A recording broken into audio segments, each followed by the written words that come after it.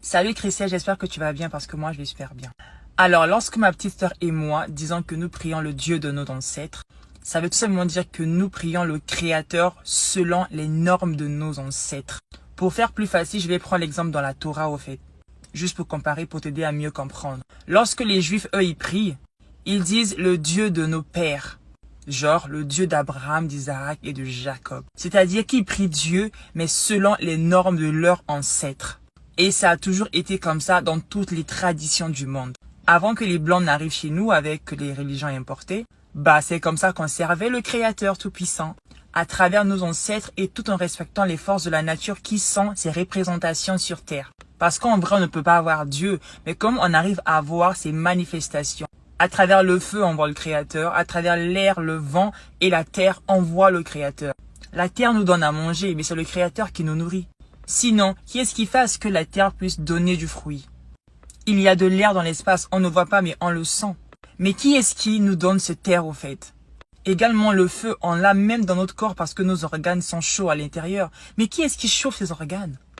En parlant de l'eau, sans l'eau, l'être humain ne peut pas vivre au fait.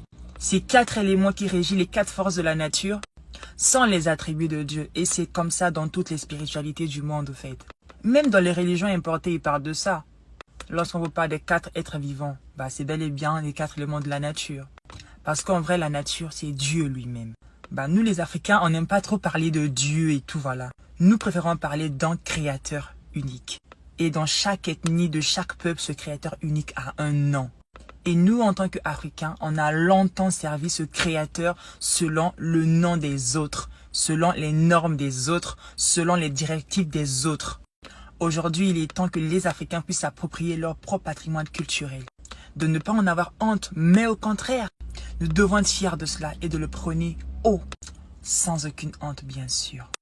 Parce que dans toutes les traditions du monde, il n'y a aucune tradition qui a été diabolisée, satanisée, méprisée, reniée et rejetée comme la tradition africaine. Je pense que trop c'est trop, la nouvelle génération a compris et il faut qu'on sorte de là. Après, pour ceux qui sont dans d'autres traditions, qui ont du mal à pouvoir revenir dans la tradition africaine, c'est simple. Honorez vos ancêtres tout en étant dans votre tradition. Servez le créateur qui est unique, mais selon les normes de vos propres ancêtres. Pourquoi les prêter chez les autres? Il n'y a aucun sens. Est-ce que les autres se prêtent chez nous? Non. Ce qui fait que les Africains aillent prêter chez les autres, c'est parce qu'ils ne connaissent pas l'histoire de leurs ancêtres. D'où il est très important de pouvoir enseigner l'histoire de l'Afrique aux nouvelles générations. Mais après, qui va enseigner l'histoire de l'Afrique? Déjà que l'école ne l'enseigne pas. Donc c'est à nous-mêmes d'aller vers la recherche de la vérité.